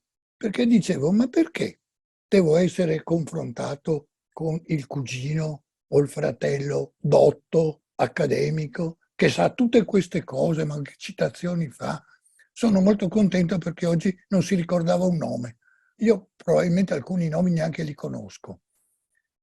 Però devo dire che oggi sarei fiero di essere parente di Lucio. Perché? Perché non sono d'accordo su moltissime cose. E devo dire che io ho molto apprezzato le poche lezioni, non tutte, non sono riuscito a tutte, che ho sentito da altri colleghi. Le ho apprezzate, però in un certo modo, mentre prima potevo pendere più dalle labbra di un professore, perché secondo me anche le citazioni sono come le cose che un collega che non sappiamo chi metteva là, che lui è professore di qua e di là. Cioè c'è un modo in cui le citazioni vengono sbattute là dicendo guarda che, non lo dico io, lo dice Freud. Allora io vorrei introdurre molto brevemente alcune cose. L'ironia, cioè siamo un po' troppo seri e l'ironia è una cosa importante perché se ne era occupato sacerdoti con cui io non ho avuto nulla a che fare né come analista né come supervisore. E poi volevo anche ricordare la realtà dei bambini, no? E anche degli psichiatri, e noi ne abbiamo più di uno, che hanno lavorato con Basaglia. Fonda e Yogan hanno lavorato con Basaglia. E da un certo punto di vista dicono, e io l'ho conosciuto, ho visto, sono stato a Trieste, prima mi ha portato a Gorizia, veneziano, effettivamente lui diceva che doveva distruggere il manicomio, e quello mi pare bene, però distrutto il manicomio, la fenomenologia non la conosce nessuno dei suoi allievi, a parte pochi che si sono staccati. E l'Allgemeine Psychopathologie è contemporanea al Traumdeutung.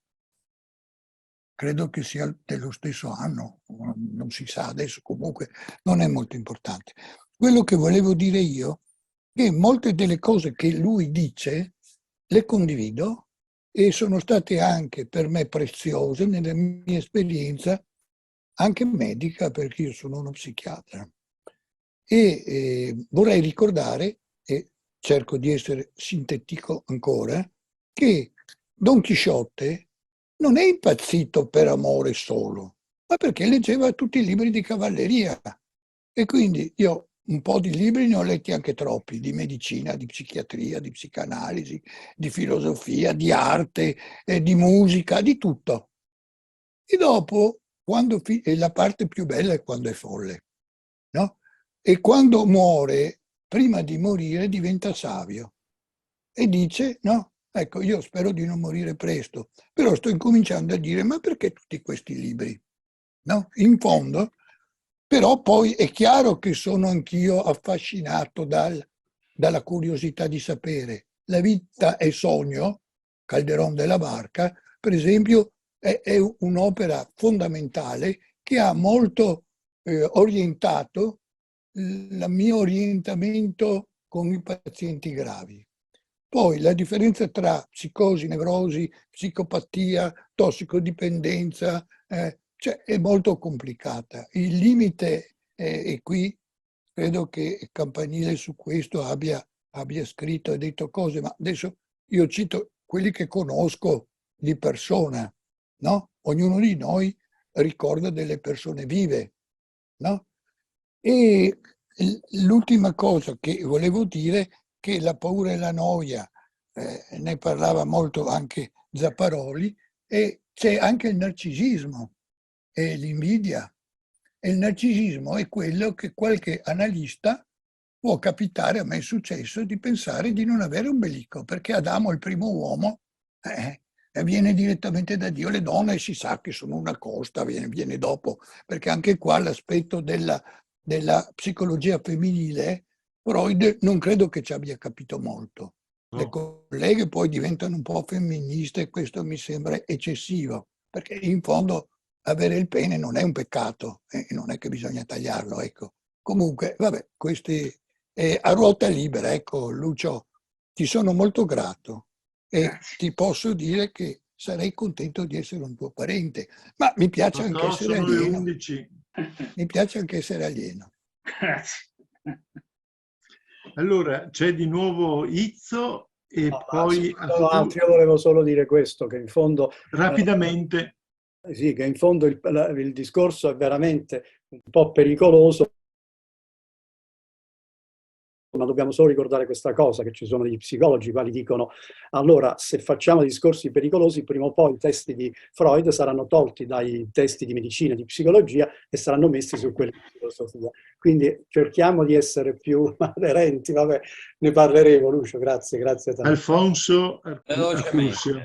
Non ti vediamo, Alfonso. No, purtroppo se metto il video mi ok. il video del computer, mi dispiace, però volevo dire rapidissimamente. Innanzitutto sono molto contento di aver partecipato questa sera, anche perché ho rivisto persone a cui sono molto legato affettivamente, compreso Totò Russo, con cui ci frequentavamo in tempi lontani nelle patologie gravi, ti ricorderai. E sono contento di aver sentito Lucio. Lucio Russo, appunto, l'omonimo di Totò. Io mi agganciavo in qualche modo anche a vari discorsi, anche quello che facevi tu, Patrizio, ma volevo dire a Lucio che comunque quando lui parla di follia insana, io mi sono sentito come se fosse una cosa, un concetto scontato per me, voglio dire, nel senso l'ho accettato immediatamente, come intuitivamente, con la forza dell'intuizione o forse della nomenclatura, a cui anche io ho lo stesso iter di Izzo. Sono psichiatra, ho lavorato nella psichiatria democratica, ho conosciuto Callieri che è venuto molte volte a Palermo e quindi l'ho conosciuto anche noi, scusa. E quindi volevo dire, allora, io lo trovo, diciamo, mi ci ritrovo in che senso? Però chiarendo una cosa in particolare. Cioè io credo che in modi diversi, questo è uno dei nodi più diciamo, importanti di tutta la storia della psichiatria e della psicoanalisi e forse anche della psicologia, cioè in fondo la costruzione di una conoscenza avviene attraverso un momento oscillatorio, un momento intuitivo o se volete anche delirante. Cioè, Einstein sembrava delirante all'inizio, no? Tutti dicevano ma guarda che bravo, è simpatico, dice cose interessanti ma è un delirio quello, no? Immaginiamo anche di Freud quando le prime volte si presentò a Vienna alle prime conferenze, e anche lì l'ho preso.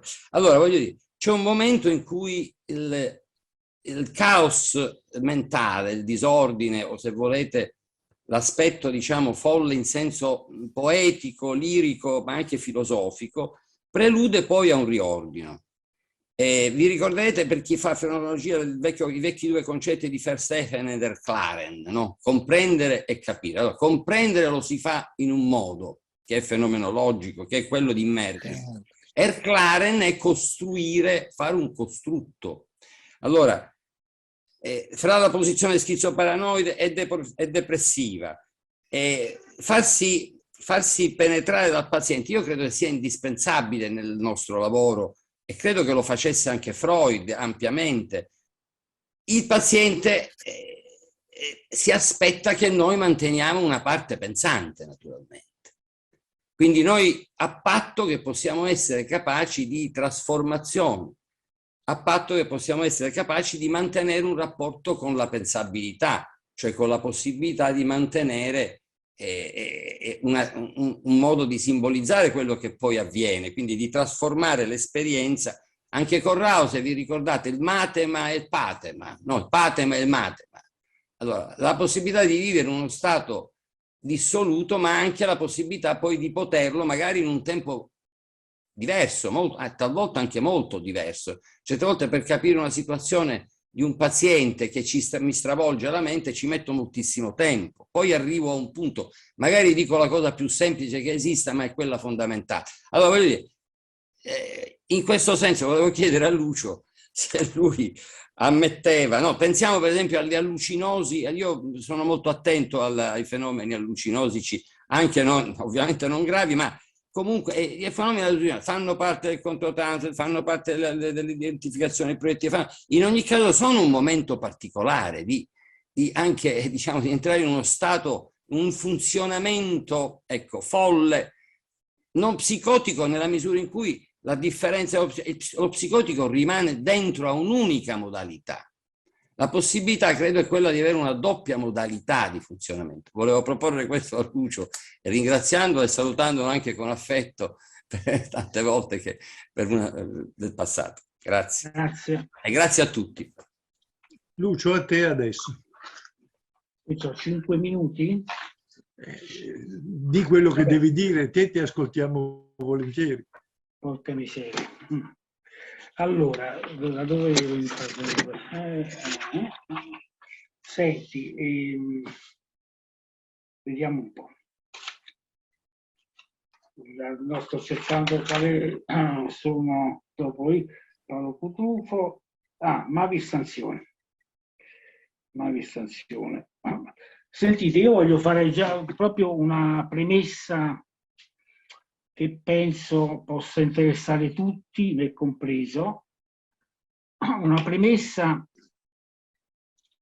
su follia e metodo, perché è un po', mi sembra, il tema che tutti hanno proposto, chi in un modo e chi in un altro, e che mi sembra decisivo questa, no? Quale metodo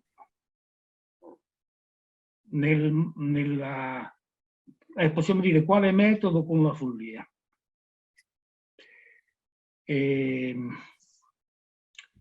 Certo è una questione importante.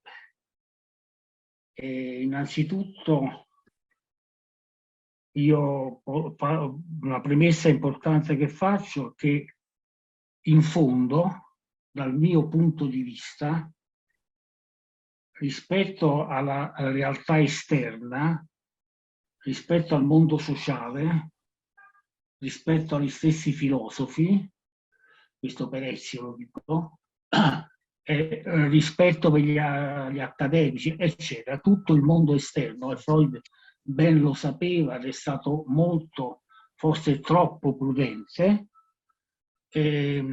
L'analisi è certamente, tranne in rari casi, è certamente vissuta come pericolosa, come qualche cosa di incomprensibile, tranne pochi filosofi, pochi sociologi che hanno, o perché fatto l'analisi o perché un orecchio più attento, e hanno evidentemente avuto interesse nei confronti del metodo analitico. Allora potremmo dirlo in fondo che per il mondo esterno, io continuo a essere freudiano in questo, per il mondo esterno l'analisi è follia, ovviamente non psicosi. Perché l'analisi è follia? Io in questo manterrei proprio il punto, e qui vado anche un po' a Patrizio, alla domanda di Patrizio, no?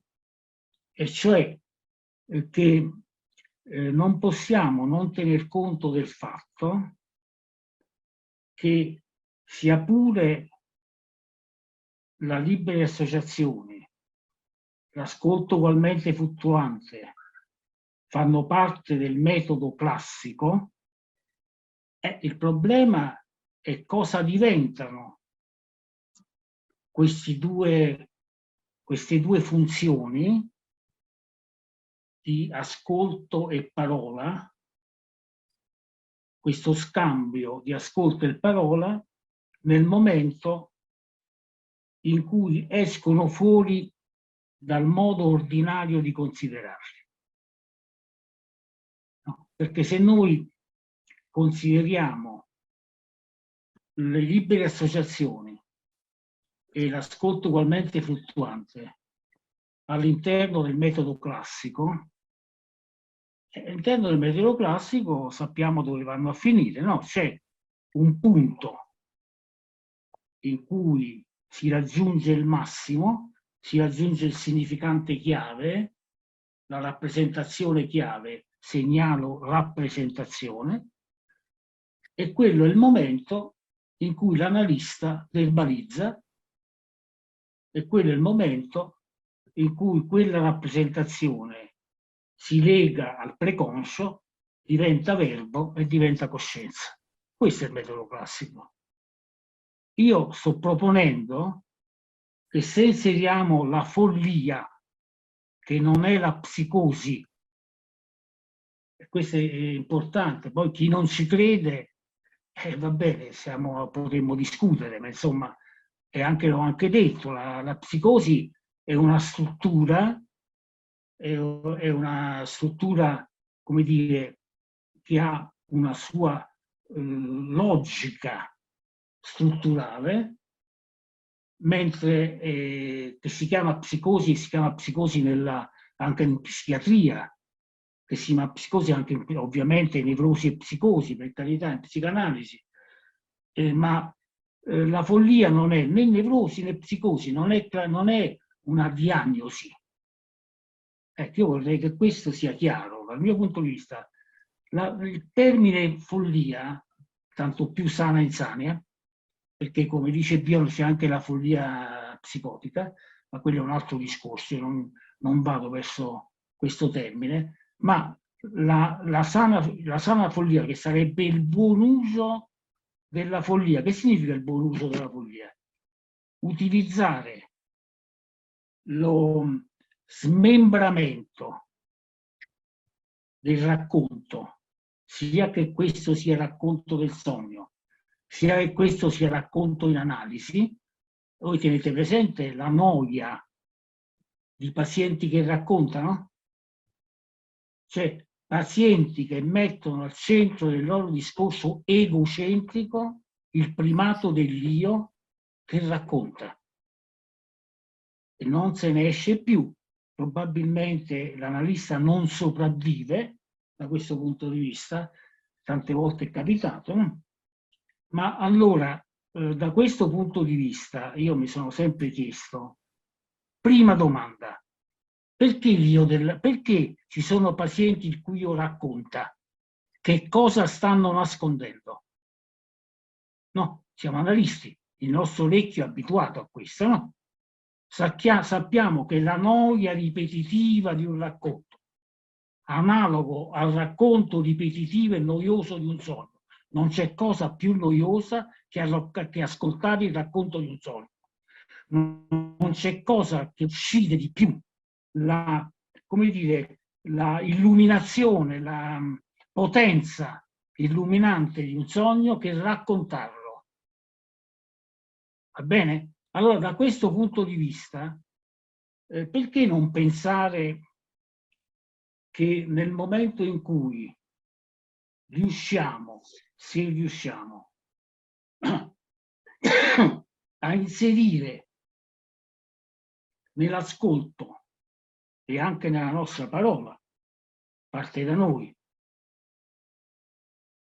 la possibilità di, come dire, interrompere, rompere questa ripetizione del racconto e anche fermandosi su una parola, su un significante, uso una parola forte, far esplodere quest'ordine del racconto, aiutare il paziente a uscire fuori da quest'ordine del discorso coattivo, ripetitivo, questa coazione a ripetere, scusatemi, non è forse questo il momento in cui si fa in modo che per un attimo, per vivacizzare, viene fuori l'informe, il disordine, il caos, e non è forse sul caos che noi puntiamo per poter dare, come dire, fare un'esperienza analitica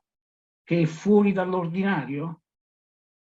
Insomma, come potremmo essere mai capaci di aprire il discorso ordinario, il famoso dialogo racconto, all'inaudito, come ci dice Mavi, al mai udito, alle parole mai udite, alle parole mai dette, perché queste sono anche le parole scomparse.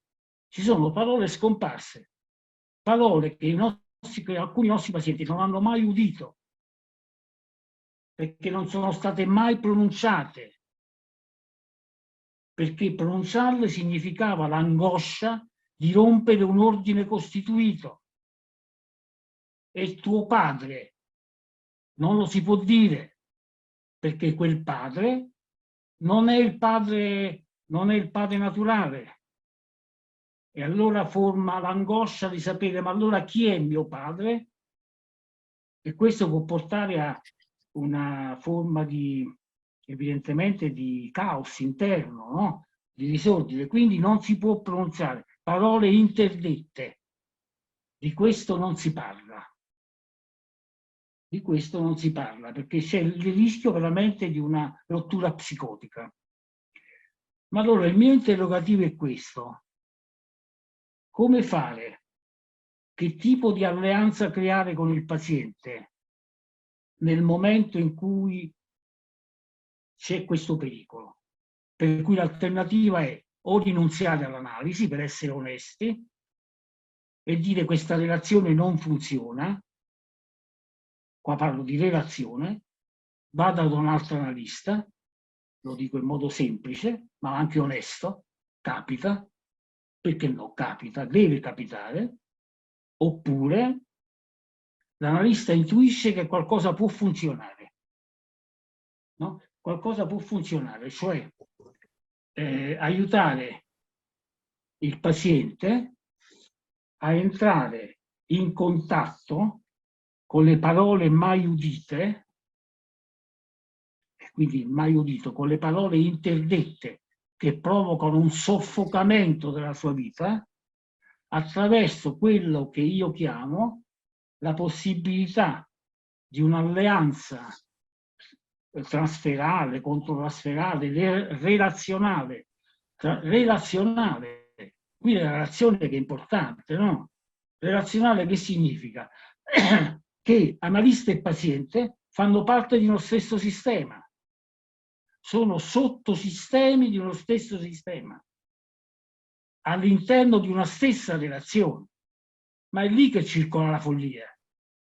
Solo se si crea una relazione, non se siamo ancora a parlare di transfert contro transfert, di asimmetria, di una parte o uno all'altra. Viva Dio! 1980, la Società Psicoanalitica Italiana fa un congresso sulla relazione analitica, cacchio, ma perché è in crisi sul metodo classico, è in profonda crisi. Mi accaloro perché mi interessa e vi ringrazio del dibattito, no? Perché mi date modo di svelare internamente quello che forse non ho avuto il tempo di dire, no? Ma è da lì che nasce la crisi, no? Che fare? Possiamo ancora analizzare nella visione asimmetrica di transfert e controtransfert? Ma che analizziamo con analizzanti gravi? Con analizzanti gravi? Con pazienti sull'orlo di una crisi? No? Allora o li normalizziamo non dicendo niente e stiamo al racconto e scindiamo l'ess, siamo separati e ci salutiamo, no? Perché ci salutiamo per forza perché non va avanti niente, onestamente, oppure ci cimentiamo in un'impresa. E l'impresa è relazionale, è lì che la follia può circolare. È relazionale, cioè siamo in comune. Analista e paziente sono due caselle di uno stesso sistema. Si può parlare di riunione di inconsci? Parliamo di riunione di inconsci. La riunione, no? Riunione logica. Due sistemi si uniscono e parte in comune e parte separata.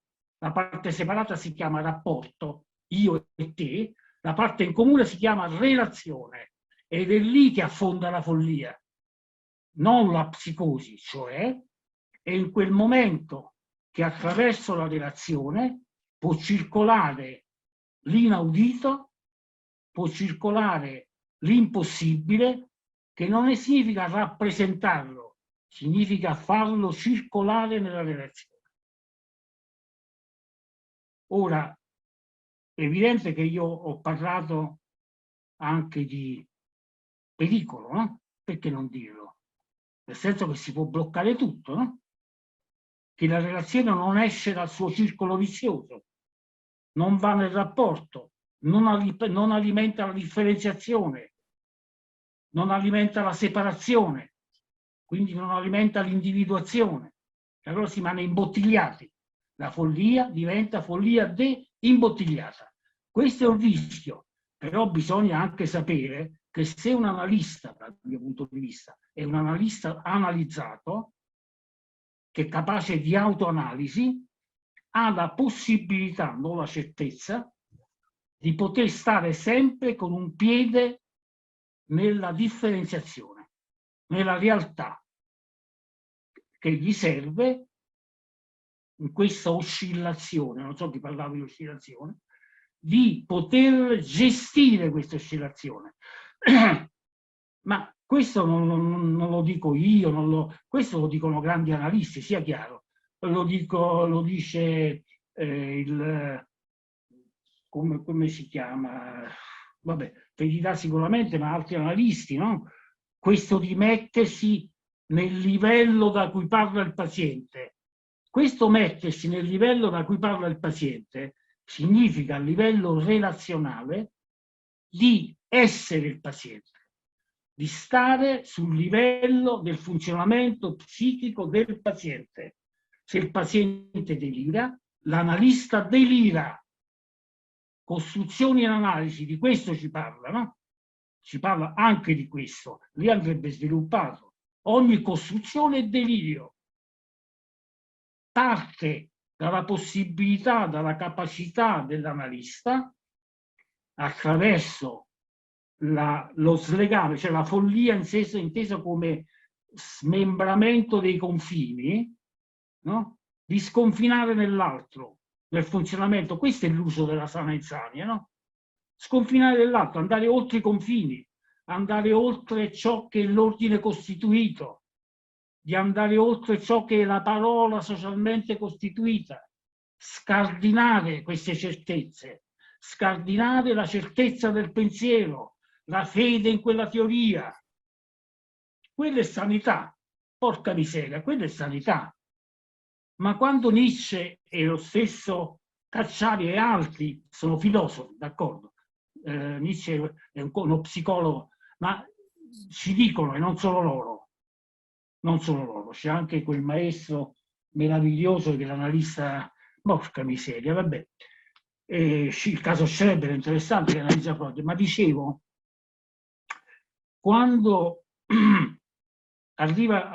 si arriva a questa possibilità di sconfinare nel limite, in fondo di farsi contaminare, cioè di aprire i propri confini. Questa è follia, ragazzi, questa è la follia. Aprire i propri confini per la ragionevolezza è follia. Ma perché non ce l'hanno sempre detto? Tema in classe. Questo tema è folle, è fuori tema. Certo, è fuori tema perché sconfina. Quante volte mi è stato detto sei fuori tema, però è un bel tema, è un tema creativo, e però è fuori tema, cacchio. E questo è il problema. non sto dando una lode a me, sia chiaro, che a volte ho scritto schifezze, ma il fuori tema me lo ricordo sempre, no? Uscire fuori contesto. Ma perché, scusate, la parola analitica è nell'ordine del discorso? Ma perché l'ascolto analitico non è folle? Non deve essere folle lo scambio ascolto-parola? Non deve far circolare i nuovi simboli? Non è la capacità di creare nuove simbolizzazioni? Ma perché che cosa diventa il metodo analitico se è sempre quello di portare alla consapevolezza attraverso la parola l'inconscio rimosso? Che cos'è? Non è una noia bestiale se è solo questo, e anche questo, anche l'analisi che faccio io, sia chiaro, e anche momenti di analisi classica, non la sto gettando, però se questa analisi classica, il metodo classico non si arricchisce della possibilità di far funzionare la libertà dell'ascolto, sottolineo libertà dell'ascolto e il rischio della libertà dell'ascolto e della parola, no? Quella che Lacan chiama la parola piena, la parola inconscia che si apre all'inconscio non rimosso, all'inconscio non parlato, non rappresentazionale, a quelle parole mai dette, che però rimangono nell'ombra.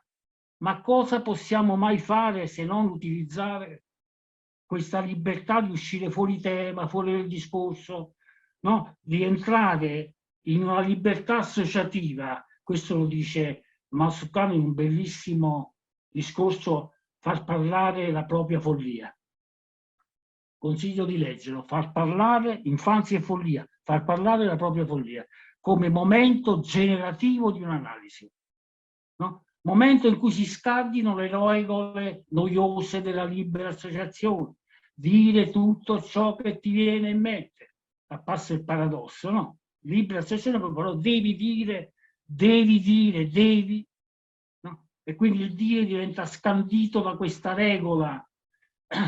Far parlare la propria follia significa dare espressione libera a tutto ciò che è fuori tema, fuori dell'ordine del discorso e che può contattare, appunto, come dice Mavi, il non audito, l'inaudito, che può contattare, scusate che vedo gli altri interventi interessanti, anche quello di Lucio Russo, non di Salvatore. Dicevo, a proposito, però vado un attimo indietro, a proposito di Massimo Nardi, che parla di distanza, distanza dalla psicosi. Sì, ma certo, la follia è un'altra cosa, non è la psicosi, non è distante. Ragazzi, dal mio punto di vista, dobbiamo pensare onestamente che la follia non ha niente a che fare con la psicosi. Io capisco che il discorso che faccio può fare un po' paura, perché c'è follia, cacchio. No, la follia, specialmente se la chiamiamo sana e sania, diciamocela tutta, è creatività. È dare momento creativo alla libertà di parlare, senza ordine del discorso costituito, no? È quello che Blanchot, che è un altro filosofo, non è un filosofo, chiama appunto proprio l'impensato, l'impensabile, ma quello c'è nelle persone che stanno crollando, tutto quello fa rumore dentro. Allora lo vogliamo ascoltare questo rumore? Gli vogliamo dare un ascolto? E come lo possiamo dare se non proponendo questo scardinamento del discorso sociale, dell'ordine costituito del discorso? Ma questo lo sappiamo tutti, lo insegniamo anche agli allievi. E questo non è forse l'inserimento della follia nel discorso? Cioè rompere quest'ordine? No? Non accettarlo? Qui vado ovviamente anche a Patrizio, non posso rispondere più perché si fa tardi. Quindi Patrizio non è cambiare metodo, secondo me, non è cambiare metodo. Lasciarsi saccheggiare, come dici tu, io preferirei dire evadere dalla propria identità, come dice Feridà, no? poter evadere dalla propria identità. Ma questo ce lo dicono tutti i grandi analisti, no? Ce lo dice Mario Miller, ce lo dice Bion col mistico. No? Come toccare il mistico se non evadendo dalla propria identità familiare? E come l'analista può fare l'analista se non evadendo dalla propria identità, anche analitica, già nota e conosciuta, cioè rompendo gli schemi fissi. Allora, la mia ossessione è questa: come impedire che l'analisi tenda difensivamente a ricostituire la teoria nota, l'ascolto conosciuto, il metodo conosciuto. Io dico che la follia, la possiamo chiamare anche il carbone, è quel modello di pensiero sregolato. Il pensiero sregolato, non lo dico io, no? Il pensiero fuori ordine. Ma se non c'è questo, secondo me, non c'è parola e non c'è ascolto analitico, in generale. Vabbè, mi fermo qua. Grazie Lucio, grazie a tutti, sono le 11:30. Forse andremo avanti ancora, ma è il caso che ci fermiamo. Io ringrazio tutti dell'ascolto, mi è stato molto utile, terrò presente specialmente di alcune questioni, per carità, è un viaggio in corso e quindi